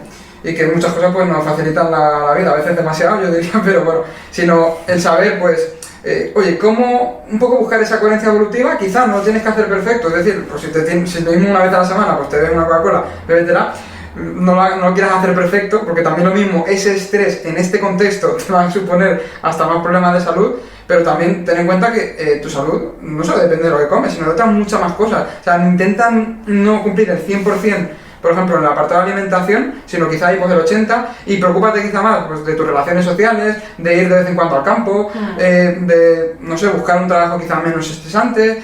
En fin, cositas que también favorecen a la salud y que muchas veces se olvidan. Y quería preguntarte, Sari, porque creo que no podemos acabar esta entrevista sin hablar del tema. Ha mencionado también tu hija, el tema de la libertad, que ahora cada vez los niños pues en este momento se pueden mover mucho menos, hacer muchas menos cosas, y sabemos que eso es fundamental para un niño. Pero bueno, ya de manera general, me gustaría conocer un poco tu postura acerca de cómo se está afrontando todo esto del coronavirus, y creo que tu opinión, en este caso, vale más que la de otras personas, porque no solo es que seas médico, sino que has estado en el IFEMA, has pasado el coronavirus, has tratado un montón de pacientes, tienes una visión global de la salud, y me gustaría pues eso, un poco el tema de las medidas que se están tomando, el quizá tener que llevar la mascarilla hasta si vas solo por la calle, el usar gel hidroalcohólico con rozar cualquier cosa de la calle, aislamiento de niños en etapa de desarrollo, aislamiento de niños, incluso yo que sé, todo el uso que se está haciendo ahora también de desinfectantes, de echarle a la suela de las zapatillas para limpiar. Sí. ¿Qué opinas de todo esto? O sea, bueno, a ver, lo primero que efectivamente, como dices, pues como siempre me he dedicado a infecciosas, pues estaba de excedencia, la interrumpí la excedencia pues si fui al hospital de Vallecas, que estuvo muy golpeada en la primera ola, luego estuve en IFEMA, luego seguí en hospital, o sea que lo he visto de cerca, no me infecté a pesar de todo en ese... ¿Fue después? ¿No? Sí, me infecté después a raíz bueno, pues me acabé de trabajar en casa, pero al final pues me acabé infectando por otra vía, que tampoco viene al caso, porque eso es una de las cosas de las que más me fastidia del COVID, y es que hay como una culpabilización del infectado, que esto yo lo he visto mucho tiempo en el VIH. Sí. ¿Qué hiciste para infectarte en el VIH? Sí. Pues con el COVID, ¿qué nada? O sea, es un paciente, tiene una infección y no hay que ir a eso, ¿no? Entonces me infecté, pues es verdad que pasé una gripe fuerte, bueno, pues me suplementé con mis cosas en ese tiempo y bueno, empecé a arrastrar al principio una especie de fatiga intensa que dije, vale, esto es lo que sienten los que tienen el COVID persistente.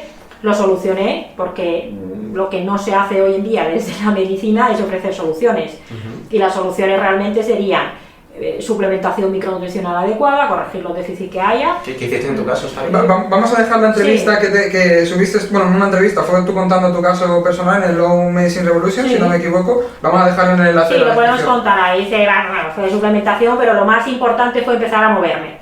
Vale, o sea, las personas que tienen el COVID persistente no tienen energía, tienen una neuroinflamación de carallo, tienen pérdida de masa muscular porque han estado sin moverse, porque han estado malos y confinados. Entonces, principal, empezar a moverse. Y tienen que empezar a moverse aunque cueste. Y además la suplementación, mitocondrias, intestino, etcétera. Pero bueno, es verdad que en la entrevista, en ese episodio lo comentamos. Bueno, pues me acabé infectando, he escrito un libro sobre el COVID, que viene una parte de introducción evolutiva, de mi propia experiencia en el hospital, y vienen 50 testimonios, que lo publicaré ahora probablemente en primavera. Qué bueno. Otra entrevista. Sí. Otra joya. Y bueno, pues lo que yo veo en todo esto es que, primero, si hemos hablado de polarización, ahora se ha polarizado todo muchísimo más aún, y diré también que la ciencia, aunque se hable mucho y a mucha gente se le llena la boca de que la ciencia es la herramienta para acabar con el COVID, la ciencia ha sido la primera víctima, una de las víctimas, por supuesto, con todo respeto a todas las víctimas del COVID, obviamente, ya sean víctimas directas del virus, como víctimas colaterales, por ejemplo, por retraso de diagnóstico de cáncer, o problemas de ansiedad, o la duplicación de la mortalidad por infarto, o porque la gente que ha perdido su negocio. O sea, que víctimas aquí hay muchas, en cuanto a nivel personal y humano, pero la ciencia también ha sido la víctima, una víctima del COVID, de la sindemia. Uno de los problemas es que no se puede debatir sobre el COVID de forma abierta en redes sociales, porque si dices una cosa que va en contra de lo que se ve políticamente correcto, y cuando digo políticamente correcto me refiero a pues eso, a política, no a ciencia, pues se te echa la gente encima. Entonces, realmente en cada país se han tomado una serie de medidas diferentes. En España pues han sido de mucha restricción y muchas cosas muy absurdas. En Suecia han sido otras y los resultados de Suecia no han sido peores, de hecho han sido mejores que los resultados de España. En Finlandia han sido otras diferentes. Entonces en cada país se han tomado una serie de medidas diferentes y no está plenamente justificado por diferencias culturales. Entonces, por ejemplo, el tema de la mascarilla, ¿no? El tema de la mascarilla, la propia OMS ya lo dice, pues vale, en interiores con gente, de acuerdo, pues vamos a usar la mascarilla, tampoco hace un daño especial y bueno, pues la mascarilla en interiores tiene sentido utilizarla. Utilizar la mascarilla en la calle cuando vas caminando tú solo y no hay nadie, pues es que científicamente eso no tiene ningún sentido y de hecho España e Italia pues han sido los pocos países que lo han aplicado. Utilizarla en medio del campo para hacer deporte, la propia OMS no lo recomienda. Utilizarla a los niños para hacer deporte cuando están al aire libre tampoco tiene sentido y la ciencia no lo recomienda. Entonces yo y este tema me llegó a cabrear bastante y en algún momento puse algo en mi muro de Facebook y yo dije, mira, he revisado toda la ciencia que hay al respecto de la mascarilla al aire libre, he revisado las recomendaciones de la OMS, artículos científicos, digo, y preguntaba de forma retórica, que alguien me explique por qué hay que usar la mascarilla al aire libre en España. Y entonces la mayoría de la gente dijo no tiene sentido ninguno y hubo unos pocos que dijeron pues es que somos irresponsables y hay que hacerlo así porque si no la gente pues es irresponsable. Sari, salvo si fumas se te la puedes quitar. Salvo si fumas te la puedes quitar. Entonces eso desde el punto de vista científico, y esto no lo digo yo, lo dice mucha gente, es que la mascarilla, a ver, si estás en Callao en Navidades, pues vale, a lo mejor ahí pues puede tener cierto sentido.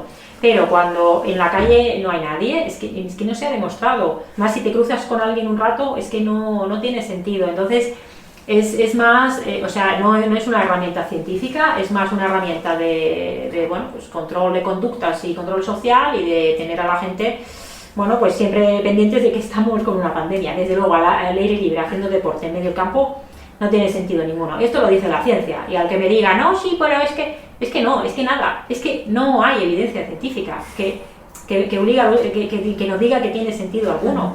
Entonces esto en España, para mi gusto, además yo soy finlandesa y opino como finlandesa, no tiene sentido ninguno lo que se ha hecho por parte de las autoridades en este tema. Y ojalá, no sé por qué no se cambia esto porque coarta nuestras libertades. Y me fastidian particularmente las personas que dicen a mí no me molesta la mascarilla, no sé de qué se quejan. Pues volvemos a lo mismo. No puedes extrapolar lo que te pasa a ti a lo que le pasa al resto. A mí, sí. Yo en el hospital ningún problema. Yo me la ponía, la llevaba estupendamente. Pero a mí, llevarla a la calle cuando no hay nadie, mi cerebro dice, pero ¿qué estoy haciendo? ¿Qué sentido tiene esto, ¿no? Entonces eso, pues la ley, o sea, dice Gandhi, cuando una ley es injusta, pues lo correcto es desobedecerla. Yo no voy a decir, obviamente, que desobedezco la ley, pero sí que diré que sentido no tiene ninguno y en medio del campo no la voy a usar y haciendo deporte no la voy a usar. Es que eso es así, ¿no? Luego, respecto a otras cosas, pues todo se ha llevado mucho a las restricciones, los confinamientos y todo este tipo de medidas, que yo no digo que en un momento puntual a lo mejor no haya que hacer algunas. Es verdad que en marzo del año pasado, en Madrid, en Barcelona, en algunos sitios de España, la situación fue muy grave, pero volvemos a lo mismo. ¿Por qué en un pueblo perdido de Zamora la gente tiene que estar encerrada? Porque en Madrid estamos colapsados. Pues no tiene mucho sentido tampoco, ¿no? Entonces, que en ese momento no supiéramos nada y todo estaba colapsado, que tuvo sentido hacer un confinamiento en Madrid, vale, yo pienso que probablemente sí. Pero ¿tenía sentido que los niños no pudieran salir, aunque fuera una vez al día, a moverse a la calle? Pues si es una ciudad con mucha gente, pues pon horarios, pues los de este edificio salen a tal hora, los del edificio de al lado a tal otra hora. Jolín, pues la gente no estaba trabajando, había tiempo de sobra para organizar eso, ¿no? Que los niños hubieran podido salir, porque el tenerlos encerrados, los pobres, pues muy mal, ¿no? Y luego lo que muchos hemos echado de menos de divulgadores de este ámbito es que se ha hecho mucho hincapié en todas estas medidas que, bueno, pues pueden ser más o menos discutibles, pero no se ha hecho hincapié, por ejemplo, en el tema de la vitamina D. Entonces, yo no termino de entender por qué no se hace hincapié en que estamos en una pandemia de déficit de vitamina D, que en España los mayores de 65, 70 años tienen casi todos déficit de vitamina D, los menores de esa edad, más de la mitad de la población tiene déficit de vitamina D. Además, la cantidad de vitamina D que hay que tener en sangre es una para la salud ósea. Para la salud ósea, pues a lo mejor con 30 te llega, pero por ejemplo contra la gripe tienes que tener 50 nanogramos por mililitro. Entonces, sabiendo que la suplementación con dosis adecuadas de vitamina D, y dosis adecuadas no son las anticuadas del año 97 del Instituto Americano de Medicina de unos pocos cientos de unidades, sabiendo que suplementando con dosis adecuada de vitamina D a una población confinada, podemos no tener ningún efecto secundario, porque esa suplementación no tiene efectos adversos, y sí puede tener un potencial beneficio. ¿Por qué no se ha hecho por parte de las autoridades sanitarias? Que yo a día de hoy yo me lo pregunto y digo... ¿Cuál es tu teoría? Yo creo que sí, probablemente es ignorancia. O sea, hay un dicho que es, ¿cómo es?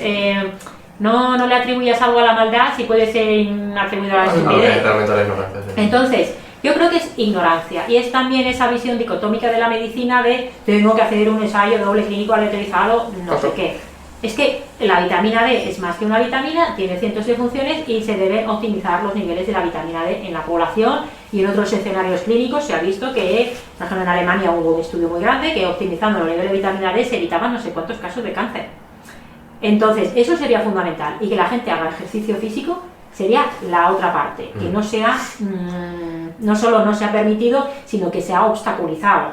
Entonces, el no hacer hincapié en que la población mejore su salud general de forma global, aunque solo sea vitamina D y ejercicio y nada más. ¿Cuál la dosis más o menos de vitamina D para que la gente esté un poquito...? Pues realmente las recomendaciones oficiales de la mayoría de los países están desfasadas. La dosis fisiológica que recibimos con una adecuada exposición solar en verano serían 10.000 unidades. Ya no le digo a nadie que se suplemente con 10.000 unidades al día, pero hay una tabla que os puedo pasar el artículo si lo queréis poner, una tabla de Kimball y Holick es uno de los grandes expertos de la vitamina D, donde la dosis puede ir desde las 1.000 unidades a lo mejor de un niño ya no lactante hasta las 6.000 unidades de una persona obesa, con un tope siempre máximo en personas adultas de 10.000 unidades. Hay estudios con 50.000 unidades al día durante 6 meses que no han tenido toxicidad. Entonces, vale, si dices, pues es que no me atrevo a darle tanta vitamina D a toda la población, no me puedo medir los niveles a toda la población, y no me atrevo a darle tanta vitamina D a toda la población porque, pues a ver, la insuficiencia renal, pues se podría haber dicho, vale, pues le vamos a dar a todos los niños según peso, pues 500 unidades, 1.000 unidades, y a todos los adultos hasta los 70 años, pues yo qué sé, 4.000, 2.000, 3.000 unidades, y ay, perdón, y a los que tengan obesidad, pues a lo mejor 5.000, 6.000 unidades, salvo a los que tengan insuficiencia renal, que deberían consultar con su nefrólogo. Y es una medida de salud pública con ningún efecto adverso y con un posible impacto positivo muy bueno.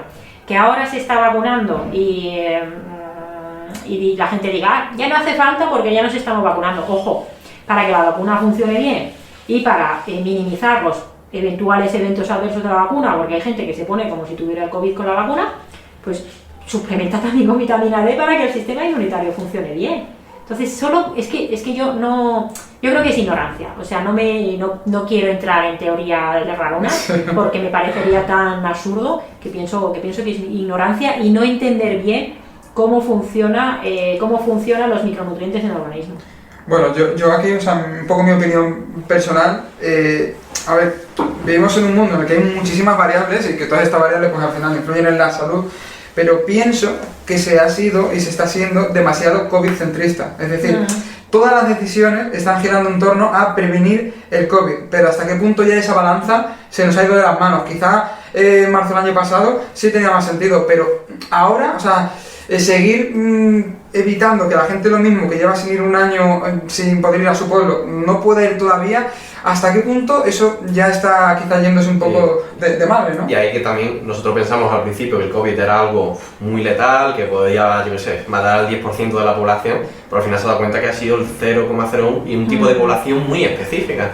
A lo mejor no tiene sentido que una persona pues, saludable, que hace deporte, más joven, tenga que tener las mismas restricciones o que se corte todo el mundo con la misma... Hay una declaración, que es la declaración de Gray Barrington, que surgió de gente de Harvard, de grandes epidemiólogos, médicos, lo hemos firmado un montón de médicos, científicos y de población general, que lo que se decía era que había que proteger muy bien a la población de riesgo, porque es verdad que muchos ancianos han fallecido, que la obesidad se sabe que es incluso la obesidad no, pero tener exceso de grasa inflamatoria en el organismo es un factor de riesgo.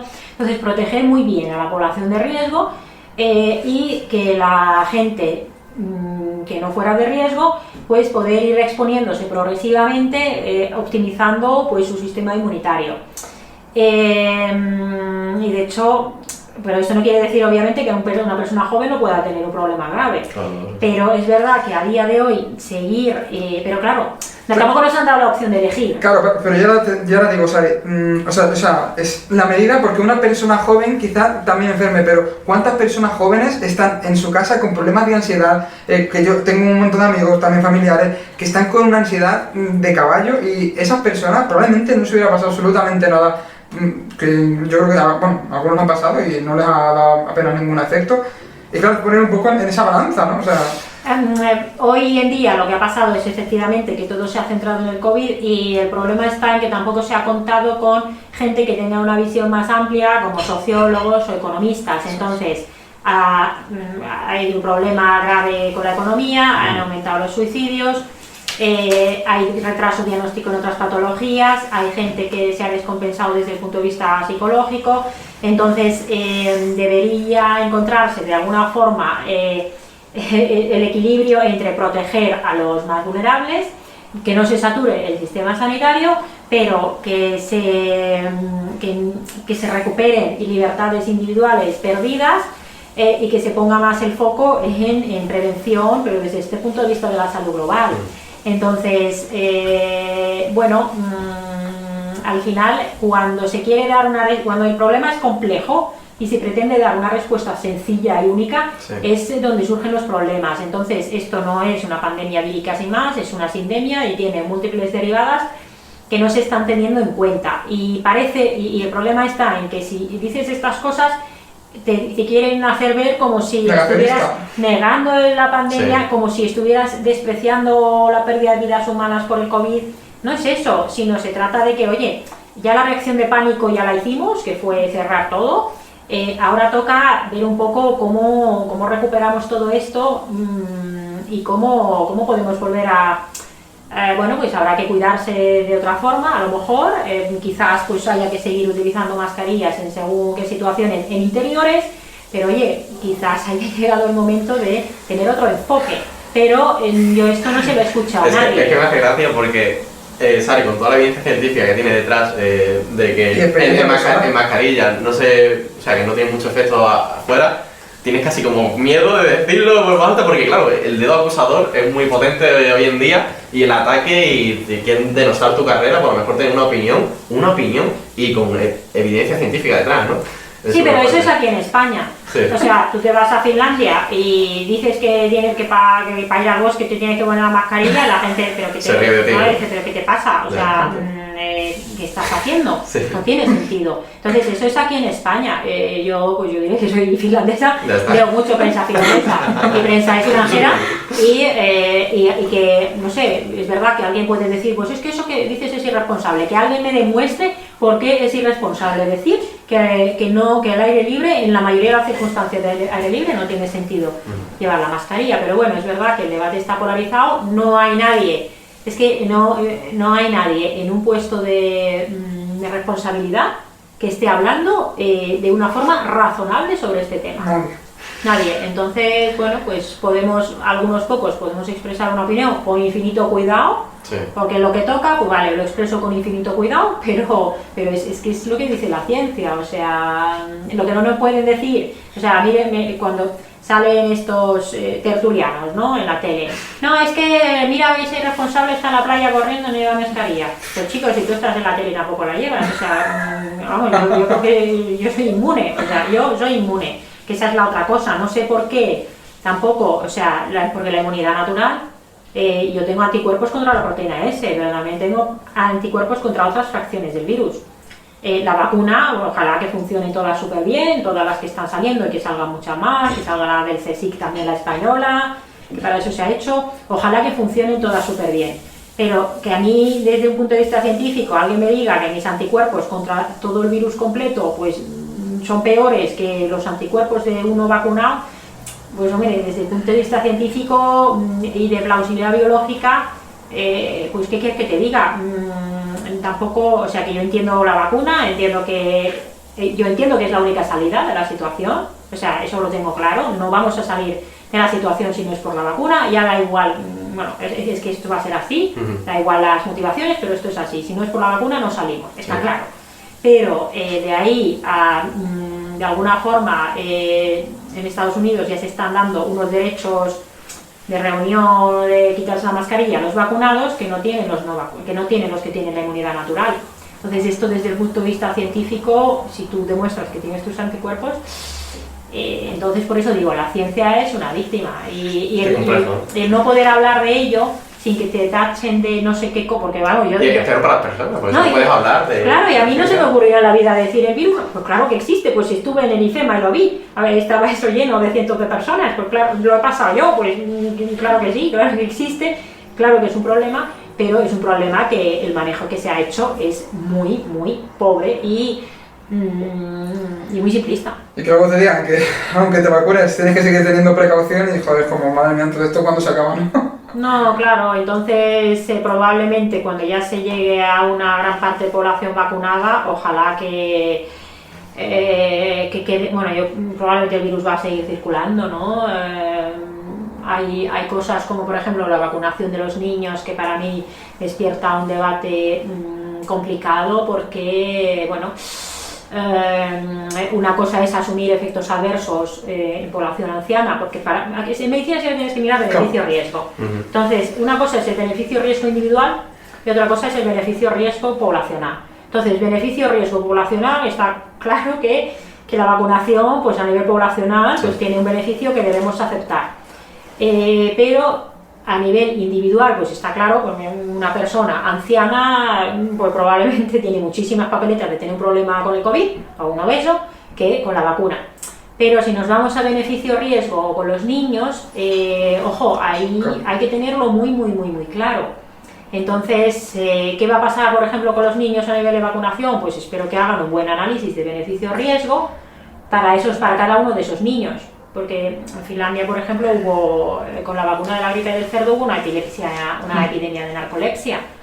Entonces ahí el beneficio-riesgo ahí desde luego el riesgo fue demasiado grande con respecto al beneficio que se obtuvo. Yo creo que al final esto es como todo, ¿no? Igual que no decimos pues dieta vegetariana para todos, tampoco quizá habría que decir vacuna para todos o mismas restricciones de movilidad para todos. Buscar un poquito ese matiz es muy complicado. ¿Sabes qué pasa? Que ahí se entra en el tema de la discriminación. Entonces, cuando se propuso, por ejemplo, en Italia, que solo hicieran confinamientos las poblaciones de riesgo, se dijo, no, es que eso no es justo para ellos, que se encierren todos. Dice, pero bueno, si van a estar encerrados de todas maneras, ¿por qué se tienen que encerrar todos? Claro. Entonces, ahora con el tema de la vacuna, hay algunas personas que no se quieren vacunar, pero yo creo que ahí, pues, yo creo que va a ser poca gente la que no se vacune. Y por eso se dice que no debería ser obligatorio, porque la obligatoriedad puede hacer un efecto paradójico de que haya más resistencia. Entonces, si tú lo pones obligatorio, habrá gente que dirá, pues como es obligatorio yo no quiero. Entonces, si se mantiene la voluntariedad, hay que tener mucho cuidado para que las personas que por el motivo que sea no quieran, pues se les siga respetando sus derechos. Pero, dicho esto, yo soy consciente, yo creo que todos lo somos, que para salir de esta al final pasa por la vacuna. ¿Por cuál? Pues por todas, por todas. Sí. Y solamente, ahí pues es donde entra en juego el tema del beneficio poblacional, pero hay que ser muy conscientes de que el beneficio poblacional no significa que algunas personas no puedan tener un problema. Y a esas personas lo que no se puede hacer es abandonarlas. Y a esas personas hay que pues darles un soporte a sus familias si hay un efecto adverso, que parece que son pocos los graves, pero los pocos que haya pues habrá que reconocérselo, ¿no? Pero eso es complicado.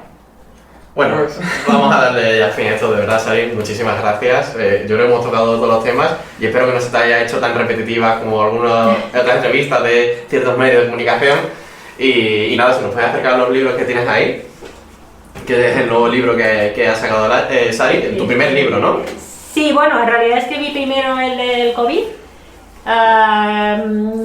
pero bueno, pues al final las cosas han sido así, han salido así, se acabó publicando este antes, Y el del COVID, pues es verdad que me planteé si publicarlo o no, precisamente por la polarización, pero al final la mayor parte de lo que cuento es una introducción a eso de medicina evolutiva, mi experiencia y otras experiencias. Entonces las experiencias personales tampoco deberían sentarle mal. Yo diría que yo lo pasé muy mal, yo lo pasé mal en el hospital y en IFEMA, pues como todos los sanitarios lo hemos pasado mal, pero eso no quiere decir, como veis, que esté de acuerdo con muchas de las cosas que se están haciendo. Entonces, que yo no soy conspiranoica en el sentido de que no vaya a poner un microchip ni nada de eso.